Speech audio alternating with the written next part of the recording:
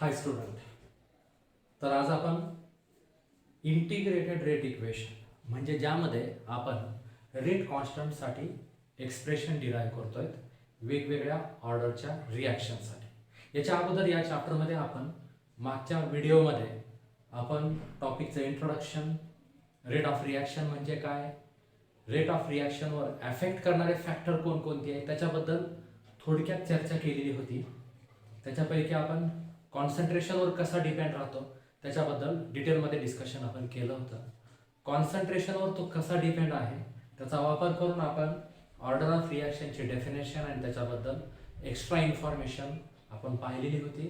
त्याच्यानंतर ऑर्डरवरनं रिॲक्शनचे जेवढे काही टाईप्स आहेत, भरपूर असे टाईप्स पडू शकतात, पण काही इम्पॉर्टंट जे आपल्या अभ्यासक्रमासाठी आहेत त्याच्याबद्दल आपण डिस्कशन केलेलं होतं, त्याच्याबद्दल आपण स्टडी केलेली होती. झिरो ऑर्डर, फर्स्ट ऑर्डर आणि सेकंड ऑर्डर. तर आता मात्र आपल्याला त्याच्यामध्ये जो रेट कॉन्स्टंट ही जी टर्म येते ज्याला आपण प्रोपोर्शनॅलिटी कॉन्स्टंट म्हणतायत, because the rate of reaction is directly proportional to concentration of the reacting substances having power n, and that power n is called as order of reaction. And here when the proportionality constant is get removed, so then we will get the proportionality constant. When the proportionality sign is get removed, then we get the proportionality constant, and that constant is named as rate constant.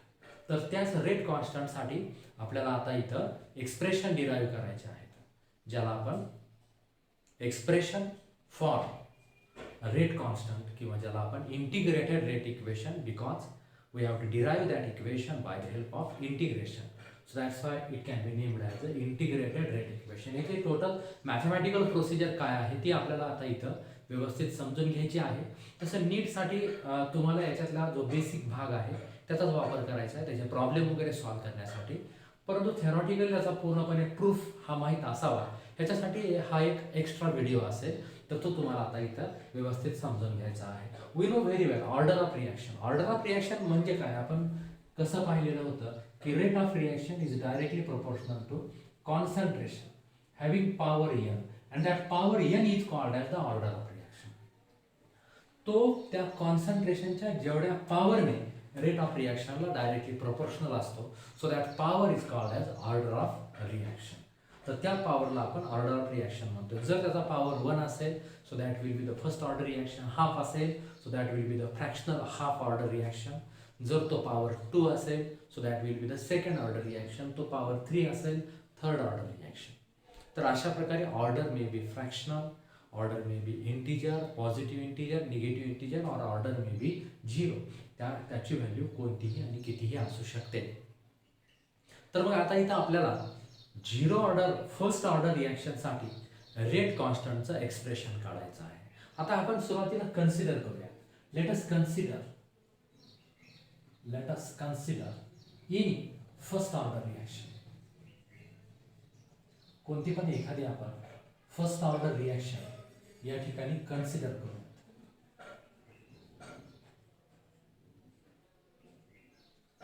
तर बघा आता एक reaction आपण या ठिकाणी घेऊया. ये it gives product. ये पासून एक प्रोडक्ट तयार होतोय. आता बघा ये पासून आपल्याला प्रोडक्ट तयार करायचं. So that will be the first order reaction, because in this reaction rate is directly proportional to concentration of the power A, किंवा concentration of A having power 1. त्याचा पॉवर 1 आहे.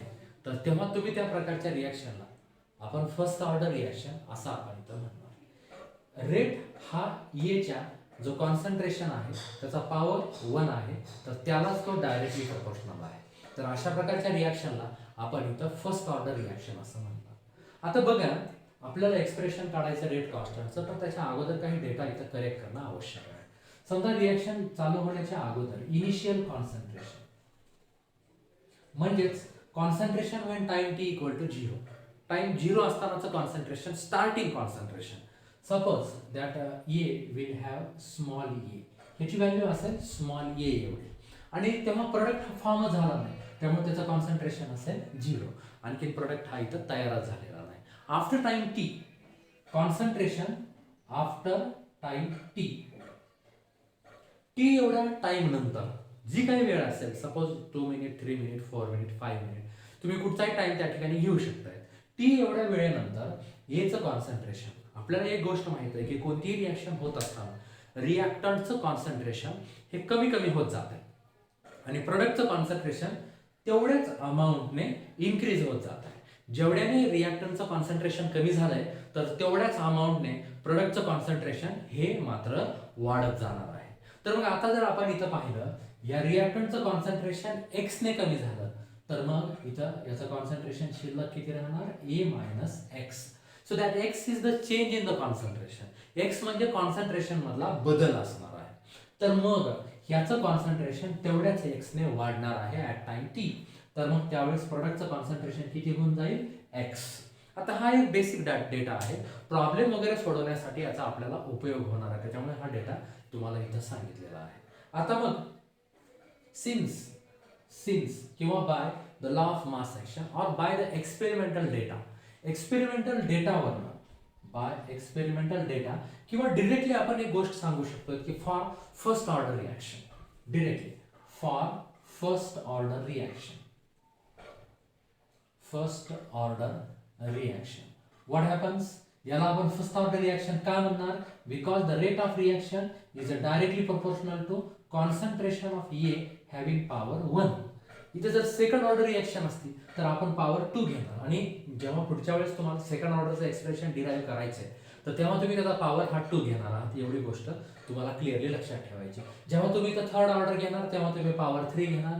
जेव्हा 0 ऑर्डर रिॲक्शन असणार तेव्हा तुम्ही याचा पॉवर 0 घेणार. एवढं तुम्ही लक्षात ठेवा, त्याच्यावरून तुम्हाला एक्सप्रेशन मनाने डिराईव्ह करता येऊ शकेल. आता जर तुम्ही प्रोपोर्शनॅलिटी साइन इथं रिमूव्ह करताय, so you will get here the proportionality constant K आणि कॉन्सन्ट्रेशन ऑफ ए.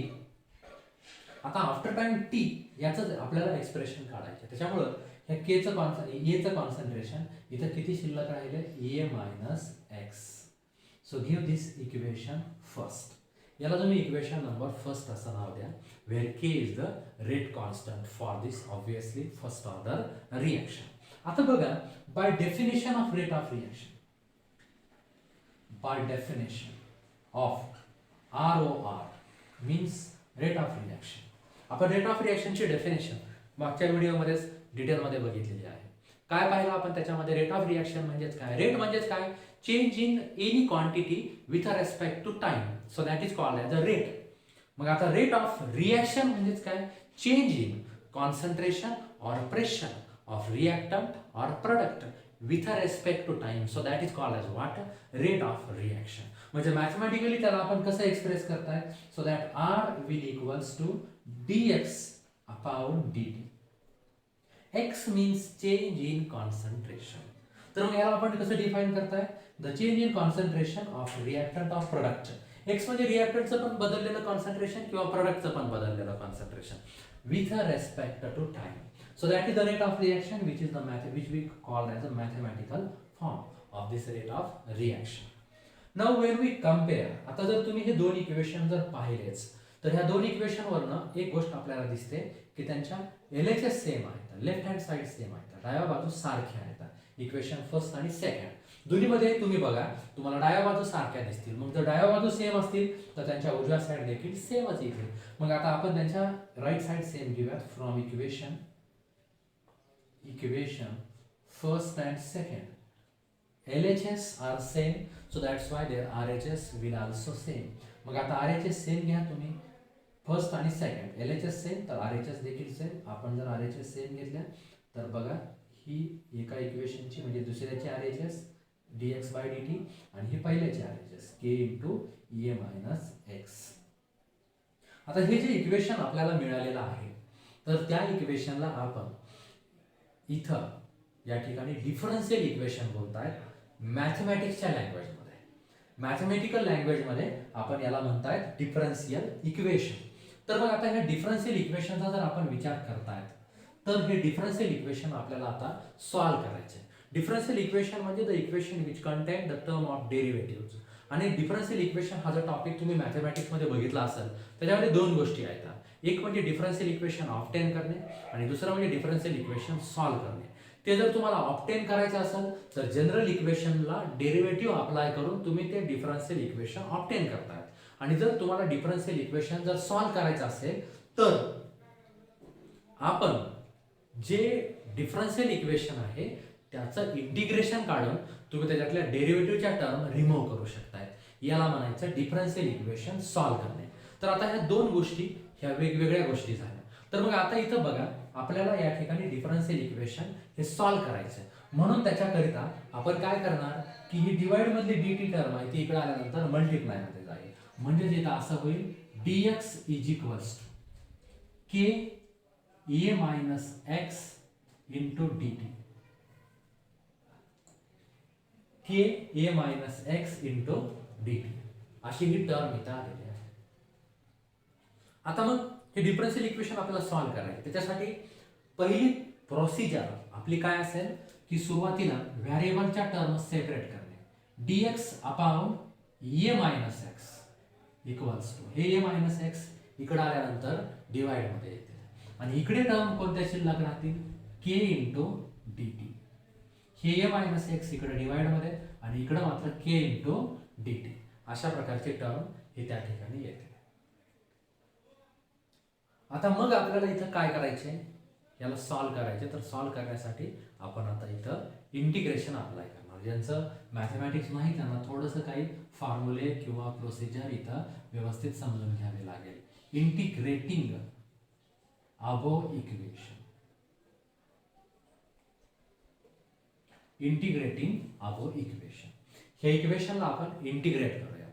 तर काय होईल इंटिग्रेट केल्यानंतर integration of dx upon a minus x equals to integration of k into dt. याला इंटिग्रेशन सेपरेट अप्लाय याला integration separate apply दोन्ही टर्मला आपण इंटिग्रेशन सेपरेट अप्लाय केलेलं आहे. आता याला थोडं आपण सॉल्व्ह करण्यासाठी थोडंसं याला थोडं आपण रिअरेंज करूया. बघा याला आपण असं लिहू शकता 1 upon a minus x dx आपण या साईडला घेऊया. k इंटिग्रेशनच्या बाहेर येतील मध्ये उरेल 1 इंटू dt. k हा कॉन्स्टंट आहे that will come outside to the integration. तो ह्या इंटिग्रेशनच्या बाहेर येईल मध्ये उरेल 1 इंटू dt आणि इकडे dx ला थोडं साईडला आपण लिहिलंय 1 अपॉन a मायनस x. आता यांचे इंटिग्रेशन्स आपल्याला जर काढायचे असतील तर काही इंटिग्रेशनचे फॉर्म्युले तुम्हाला इथं समजून घ्यावे लागतील. ते फॉर्म्युले मी इथं लगेच लिहितोय. बघा मी या बॉक्स मध्ये त्याचे फॉर्म्युले लिहिले.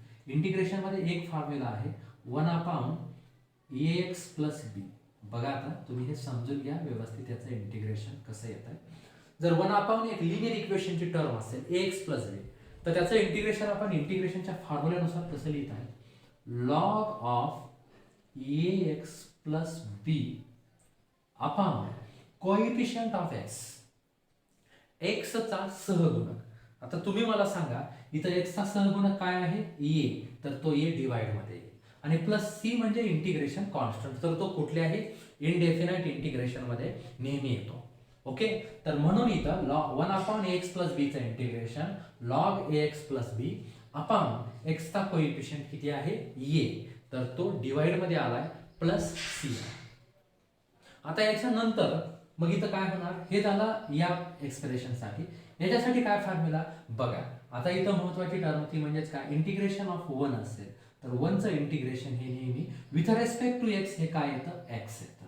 जर इथं विथ रेस्पेक्ट टू t असेल तर t येणार. 1 चं integration with respect to y असेल म्हणजे इंटू dy असेल 1 इंटू dy तर इथं y येईल. 1 इंटू dt असेल तर इथं t येईल. 1 इंटू dp असेल तर इथं p येईल. 1 इंटू dm असेल तर इथं m येईल. अशा प्रकारे इंटिग्रेशन कारण इंटिग्रेशन हे डेरिव्हेटिव्हच्या अपोजिट आहे. x चा डेरिव्हेटिव्ह 1 येतो तर 1 चा integration with respect to x with respect to चा अर्थ कळतोय का हा इथं इंटू dt आहे तर याला म्हणायचं विथ रेस्पेक्ट टू t. इथं इंटू dx आहे याला म्हणायचं with respect to x. With respect to dx नाही with respect to x with respect to t असं तुम्ही त्याला बोलणार आहात. आता बघा ह्या दोन फॉर्म्युल्यांचा दोन एक्सप्रेशनचा वापर करून आपण इथं त्याची व्हॅल्यू या ठिकाणी इथं सांगू शकता. आता तुम्ही मला सांगा ह्याचा इंटिग्रेशन या फॉर्म्युल्याचा वापर करून कसं येईल. बघा लॉगची एंट्री होणार log of a minus x.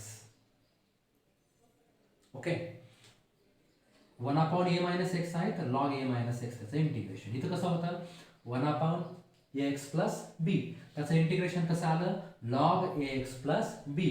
तसं 1 अपॉन ए मायनस एक्स त्याचं इंटिग्रेशन लॉग ए मायनस एक्स आणि अपॉन एक्सचा कोइफिशियंट. आता इथं एक्सचा कोइफिशियंट ए होता पण इथं एक्सचा कोइफिशियंट ए आहे का तर नाही. एक्सचा कोइफिशियंट आहे -1 म्हणून डिवाइड मध्ये आले -1 आणि दॅट विल इक्वल्स आता इथं हे के ॲज इट इज आणि 1चं integration with respect to x असेल तर एक्स येतं, विथ रेस्पेक्ट टू टी असेल तर t, with respect to y असेल तर वाय. तसं इथं 1 विथ रेस्पेक्ट टू टी आहे तर टी आणि प्लस इथं आहे सी. तर हे त्याचं इंटिग्रेशन झालं. अशा पद्धतीने आपण इथं घेऊ शकता. आता हे मायनसचं साइन इथं तुम्ही घ्या minus log of a minus x equals to k t plus c. याला फक्त आपण थोडंसं रिअरेंज केले. Give this equation as a number 3. फक्त रिअरेंज -1 डिनॉमिनेटरला लिहिण्याच्या ऐवजी त्याला थोडं सिंपल करून आपण या ठिकाणी कुठं न्यूमरेटरला आपण ते निगेटिव्ह साइन आणलेलं आहे. आता बघा याला थोडंसं आपल्याला पुढे सिम्प्लिफाय करून के साठी एक्सप्रेशन डिराईव्ह करायचं. ओके तर मग आता याच्या नंतर आपण इथं एक सुरुवातीची इनिशियल टर्म आपण इथं लिहिणार आहोत.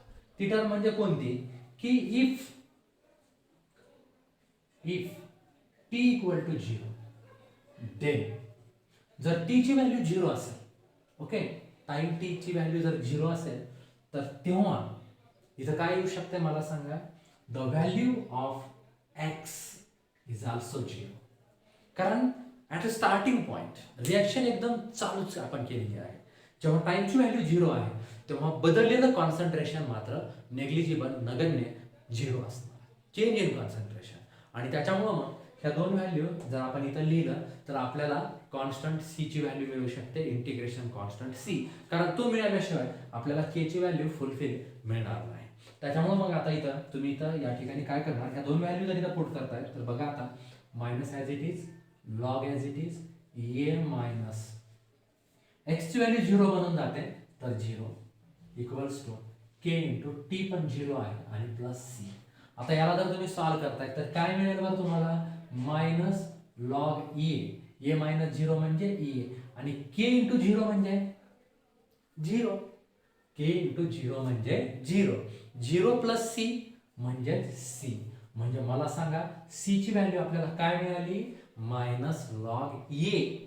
तर आता आलेली ही सी ची व्हॅल्यू आपण इक्वेशन 3 मध्ये पुट करूयात. पुट व्हॅल्यू ऑफ सी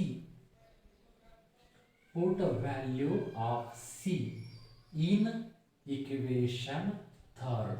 या थर्ड इक्वेशन मध्ये आपण सी ची व्हॅल्यू जर पुट केली तर आपल्याला इथं या ठिकाणी काय मिळू शकतंय की बघा आता minus log A minus x equals to k into t आणि प्लस सी ची व्हॅल्यू आपल्याकडे आहे मायनस लॉग ए.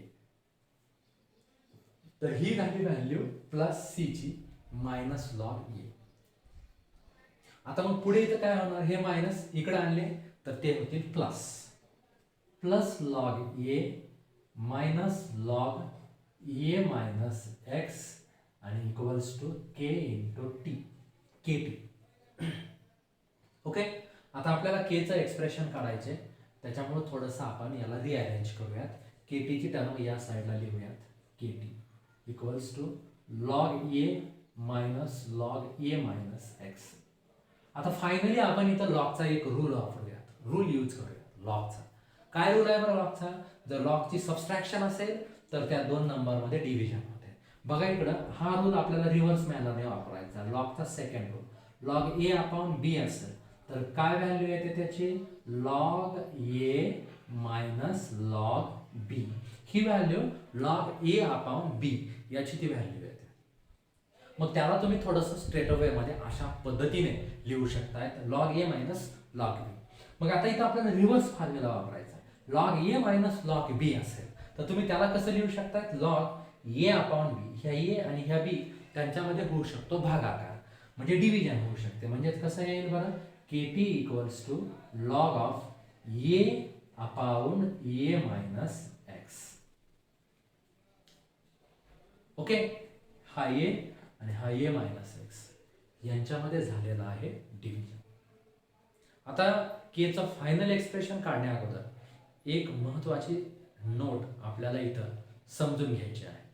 ती महत्वाची नोट म्हणजे कोणती, की या ठिकाणी लॉगचा जो बेस आहे तो आहे ई, लॉग बेस ई. तर हा इथं आपल्याला या ठिकाणी बघायला मिळतो. बेस ई म्हणजेच काय, नॅचरल लॉगॅरिथम. आपण जे डेरिव्हेटिव्ह इंटिग्रेशन किंवा मॅथमॅटिकल जेवढे काही एक्सप्रेशन्स असतील त्याच्यामध्ये जो लॉग तुम्ही वापरलेला आहे, तर तो लॉग हा बेस ई चा लॉग आहे, ज्याला आपण नॅचरल लॉगॅरिथम म्हणतोय. आणि आपण जे कॅल्क्युलेशन करण्यासाठी जो लॉग वापरताय फिजिक्स केमिस्ट्रीमध्ये जे लॉग टेबलच्या हेल्पने आपण जे कॅल्क्युलेशन्स वगैरे करताय, तर तो लॉग हा लॉग बेस 10 आहे. बेस ई टू बेस 10 हे कन्वर्ट करणं फार आवश्यक आहे. मग ते जर तुम्हाला कन्वर्जन करायचं असेल तर तिथे मात्र त्याला 2.303 या टर्मने जर मल्टिप्लाय केलं तर इथे बेस ई चं कन्वर्जन हे बेस 10 मध्ये होत आहे. Base E will get converted into base 10 आणि म्हणून त्याच्यामुळं तुम्ही त्याला इथं कसं लिहू शकताय, k into t equals to 2.303 log base 10 A upon A minus x. लक्षात आलं सगळ्यांच्या?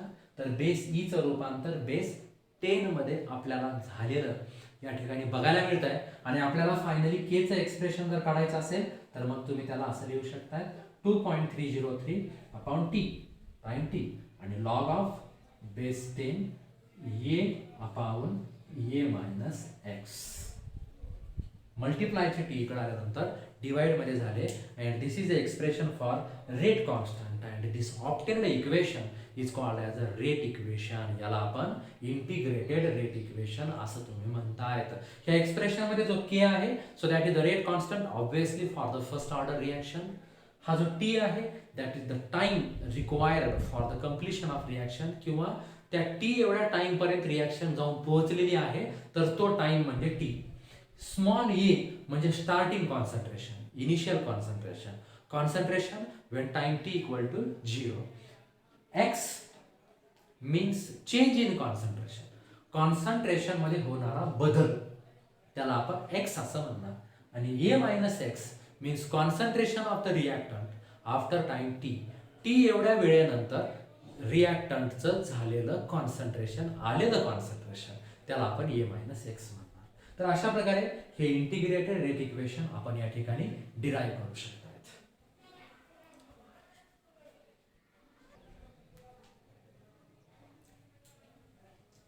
तर या एक्सप्रेशन मध्ये हा जो स्मॉल ए आहे त्याला आपण A0 कॅपिटल A0 या सिम्बॉलने पण दाखवू शकताय. समजा आता हा झाला हा A0 स्मॉल ए किंवा A0, किंवा त्याला काही ठिकाणी C0 या सिम्बॉलने पण दाखवलेला आहे. आणि हा जो ए मायनस एक्स आहे तो आहे कॉन्सन्ट्रेशन आफ्टर टाइम टी, त्यामुळे तुम्ही त्याला AT किंवा CT या सिम्बॉलने पण दाखवू शकतायत. ओके, तर हे झालं इंटिग्रेटेड रेट इक्वेशन. तर याच इक्वेशनचा वापर करून तुम्ही नंतर या फर्स्ट ऑर्डर रिएक्शनचा हाफ लाईफ देखील डिटरमाइन करू शकताय. तर हाफ लाईफ ऑफ रिएक्शन म्हणजे काय आणि त्याचं एक्सप्रेशन लागलीच आपण याचा वापर करून कसं काढू शकतोय तर ते आपण आता लगेच बघणार आहोत.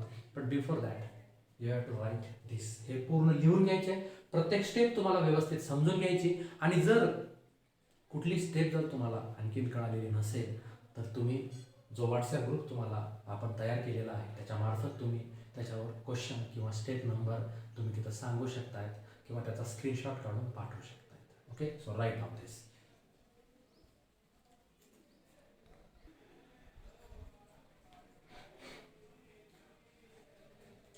Half life of reaction. तुम्ही 11वीला न्यूक्लिअर केमिस्ट्रीमध्ये हाफ लाईफ पिरियड ही टर्म बघितलेली असेल. सेम आहे. डीके, डिसइंटिग्रेशन, रेडिओएक्टिव्ह डीके किंवा radioactive disintegration. So that is also an example of first order reaction. तिथे देखील ज्या गोष्टी घडतात त्याच गोष्टी इथं देखील आपल्या केमिकल रिॲक्शनमध्ये पण बघायला मिळतात की ॲज द टाइम ओव्हर और as the time covers time taken into the long distance, so then at that time the concentration, the amount of the reactant goes on decreasing and the amount of product goes on increasing in the same extent. At that extent the amount of reactant decreases. जसा जसा वेळ पुढे जाईल, time go ahead, तसं तसं रिॲक्टंटचं प्रमाण कमी कमी होत जात आहे आणि प्रोडक्टचं प्रमाण वाढत जातं. आता समजा आपण रिॲक्टंट घेताना हे 40 एवढे घेतले, तर काही वेळानंतर एक स्टेज अशी येईल की त्याचं कॉन्सन्ट्रेशन एक समजा 4 मिनिटानंतर, समजा सुरुवातीला घेताना आपण 40 घेतलं, 40चं सपोज 35 होण्यासाठी 3 मिनिट्स एवढा टाइम पिरियड लागला. ह्या 35चं पुन्हा 25 होण्यासाठी सपोज 5 मिनिट्स एवढा वेळ लागला, कारण आता थोडा एक्सटेंड जास्त झाला आहे. 25चं 21 होण्यासाठी सपोज 4 मिनिट एवढा टाइम लागला आणि 21चं पुन्हा 20 होण्यासाठी सपोज 2 मिनिट एवढा टाइम लागला. म्हणजे टोटल टाइम 40 to 20 होण्यासाठी किती लागला? 8, 12 आणि 14 मिनिट्स एवढा टाइम कशासाठी लागला?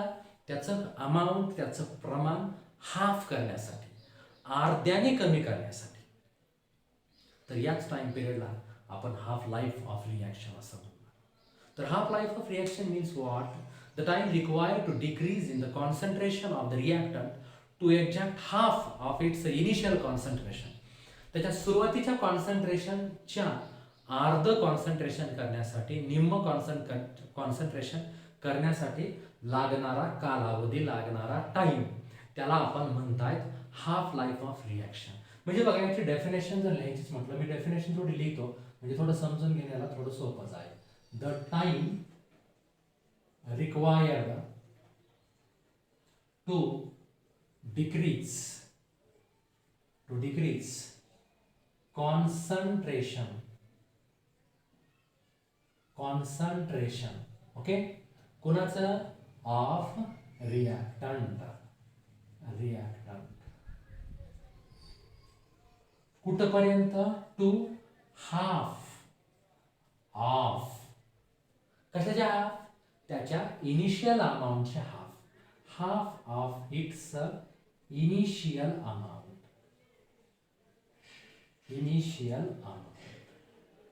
Is called as half life of reaction.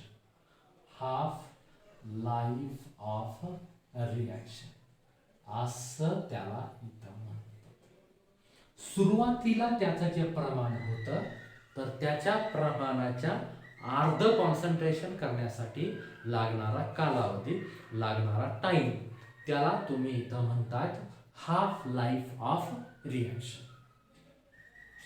म्हणजे समजा आता इथं या ठिकाणी कसं आहे, सुरुवातीला त्याचं प्रमाण लेट स्मॉल ए म्हणजे इनिशियल कॉन्सन्ट्रेशन, त्याने आपण त्याला रिप्रेझेंट करतोय. हे तर आपल्याला इथं क्लिअरच आहे. याचं एक्सप्रेशन मागच्या एक्सप्रेशनमध्ये आपण जे आता डिराईव्ह केलं होतं ते मी इथं ॲज इट इज ठेवलंय. आणि ए मायनस एक्स म्हणजे कॉन्सन्ट्रेशन आफ्टर टाइम टी. आता इथे बघा की तुम्ही आता याला डिफाईन कसं करणार, ह्याची डेफिनेशन, ह्या डेफिनेशनला टू बी कंटिन्यू जर करायचं म्हटलंच की टाइम रिक्वायर्ड असा टाइम की त्या टाइम मध्ये आपल्याला एक गोष्ट बघायला मिळते की रिॲक्टंटचं जे कॉन्सन्ट्रेशन आहे टी एवढ्या वेळेनंतर हे होणारं कॉन्सन्ट्रेशन, याची किंमत इनिशियल कॉन्सन्ट्रेशनच्या हाफ होते. दॅट इज मी थोडं असं लिहितो, that is if a minus x is equal to a by 2, so then the time is called as t half. T half means what? Half life of reaction. तेव्हा लागणारा जो time कालावधी आहे, period आहे, तो जो कालावधी आहे तर त्याला आपण आता हाफ लाईफ ऑफ रिॲक्शन असं म्हणणार. बघा इक्वेशन कसं आहे, जर a मायनस एक्स म्हणजे concentration after any time T, जर हे टी एवढ्या टाइम नंतरचं कॉन्सन्ट्रेशन जर सुरुवातीच्या कॉन्सन्ट्रेशनच्या एक्झॅक्ट अर्धा असेल, हाफ असेल, तर तेव्हा त्या टी एवढ्या वेळेला टी हाफ असं म्हणायचं. हाफ लाईफ ऑफ रिॲक्शन असं तुम्ही या ठिकाणी त्याला म्हणू शकताय. तर मग आता या व्हॅल्यूज आपण या आपल्या एक्सप्रेशन मध्ये पुट करून बघूया. तर आपल्याला काय मिळेल बघा आता. सो देअरफॉर एक्सप्रेशन हे आपलं असं आहे, जे आहे लोकल एक्सप्रेशन ते आपण लिहून काढूया. 2.303 upon T log of base 10 of course a upon a minus x. Okay, आता इथं आपण काय करणार की ह्याच व्हॅल्यू इथं आपण पुट करणार. k equals to 2.303 upon t च्या जाग्यावर टी हाफ, पण कधी जर इथे a मायनस एक्स ची व्हॅल्यू किती असेल, a/2 असेल. a मायनस एक्स ची व्हॅल्यू जर a/2 असेल तर आपण t ला काय बोलू शकताय, टी हाफ. त्याला आपण हाफ लाईफ ऑफ रिॲक्शन असं तुम्ही इथं म्हणणार. तर बघा आता आपण एक्सप्रेशन कंप्लीट करूया. याला थोडं सिम्प्लिफाय करूया. टी हाफ साठी आपल्याला एक्सप्रेशन काढायचे. पहिली गोष्ट इथं काय होईल, ए आणि ए विल गेट कॅन्सल. आपण टी हाफला या साईडला आणूयात, के ला या साईडला नेऊया. म्हणजे बघा काय झालं, टी हाफ इक्वल्स टू हे 2.303 ते मात्र ॲज इट इज आणि डिवाइडेड बाय एक्सचेंज केलंय, टी हाफ इकडे तर के या साईडला upon K into log of base 10. हा बेस 10, ए आणि ए कॅन्सल तर डिवाइड मधले 2 इकडे मल्टिप्लाय होते, म्हणजे लॉग 2 अशी त्याची व्हॅल्यू येणार. ए आणि ए कॅन्सल, डिवाइड मधले 2 वरी गेल्यानंतर तर ते झालेले आहेत मल्टिप्लाय मध्ये. तर मग आता फायनली इथं काय येणार बघा. आता लॉग 2 ची व्हॅल्यू आपण लॉग टेबल मध्ये बघून काढू शकताय. 2.303 लॉग टेबल मध्ये बघत असताना सुरुवातीला कॅरेक्टरिस्टिक पॉइंटच्या लेफ्टला एकच डिजिट आहे, त्याच्यामुळे त्याची कॅरेक्टरिस्टिक हे मल्टिप्लायचं साइन आहे, त्याची कॅरेक्टरिस्टिक 0 येईल. आणि लॉग 2 त्याचा मॅल्टिसचा जर बघितला तर 20 चा 0 मध्ये बघावं लागेल. 20 चा 0 मध्ये येतोय 3010 अशा त्यांच्या व्हॅल्यूज येतात. काही ज्या नंबर नेहमी येतात तो त्यांचे मॅल्टिस आपल्याला क्लिअर असणं आवश्यक आहे. 20 चा जसा 3010, 30 चा 4771, 40 चा 6021, 50 चा 6990, 3.14 पायची व्हॅल्यू ती नेहमी येते 4969, 9.1 येत असेल, 9.8 ॲक्सेलरेशन ड्यू टू ग्रॅव्हिटी 9912 किंवा हे 2.303 ते पण लॉगच्या कॅल्क्युलेशनमध्ये नेहमी येतात, तर त्याची व्हॅल्यू 3623. अशा प्रकारे ज्या नंबर नेहमी येतात त्यांचे लॉग आपल्याला माहीत असणं आवश्यक आहे. 8.314 आरची व्हॅल्यू, त्याचा लॉग 8407. तर अशा प्रकारे प्रॅक्टिस करून हे लॉग आपल्याला लक्षात ठेवण्याचा प्रयत्न करायचा आहे. तर मग आता बघा 20चा जो लॉग मॅन्टिस आपण बघितला 3010 आणि हे के डिनॉमिनेटरला ॲज इट इज. आता मग आपण इथं काय करू शकता, t half is equals to ह्या दोन्हीचा गुणाकार तुम्हाला करायचा आहे. तुम्ही गुणाकार चेक करून बघू शकता. मी डायरेक्टली लिहितो, त्यांचा गुणाकार मल्टिप्लिकेशन येत आहे 0.693 आणि अपॉन हे K as it is. K म्हणजे रेट कॉन्स्टंट. तर मग हे झालं expression half life of reaction for first order reaction mainly. T half is equal to 0.693 upon K. म्हणजे एक्सप्रेशन जर बघितलं तर आपल्याला एक गोष्ट लक्षात येते की एक्सप्रेशनमध्ये फक्त रेट कॉन्स्टंट आहे. ह्या एक्सप्रेशनमध्ये कॉन्सन्ट्रेशनची कोणतीच टर्म उपलब्ध नाही, ना इनिशियल कॉन्सन्ट्रेशन आहे ना फायनल कॉन्सन्ट्रेशन आहे. म्हणजे मेनली या फर्स्ट ऑर्डर रिॲक्शनसाठी सुरुवातीचं कॉन्सन्ट्रेशन तुम्ही कितीही घ्या, रिॲक्शनच्या रेटवर, त्या रिॲक्शनचा रेट नाही, हाफ लाईफ ऑफ रिॲक्शनवर त्याचा कसलाही परिणाम होत नाही. तो हाफ लाईफ ऑफ रिॲक्शन हा कॉन्स्टंट राहतो. म्हणजेच half life of reaction is independent on initial concentration for only first order reaction. बाकीच्या ऑर्डरसाठी आपण बघूया पुढे, पण फर्स्ट ऑर्डरसाठी मात्र half life of reaction initial कॉन्सन्ट्रेशनवर अवलंबून राहत नाही. म्हणजे इथं बघा 40चं 20 झाले कॉन्सन्ट्रेशन, वेळ 14 मिनिट लागला. पुढच्या वेळेस 20चं 10 करायचं असेल तरी वेळ 14 मिनिटच लागेल. आपल्याला पुढच्या वेळेस 10चं 5 करायचे, 5नेच कमी करायचे, तरी पण वेळ मात्र किती लागेल, 14 मिनिट एवढाच लागेल. आपल्याला 5चं 2.5 करायचे 2.5, तरी पण वेळ मात्र 14 मिनिटच लागेल. आपल्याला 2.5चं 1.25 करायचे 1.25, म्हणजे जस्ट 1.25 ने कमी होत आहे, तरी देखील टाइम मात्र किती मिनिट लागतो, 14 मिनिटच लागतो.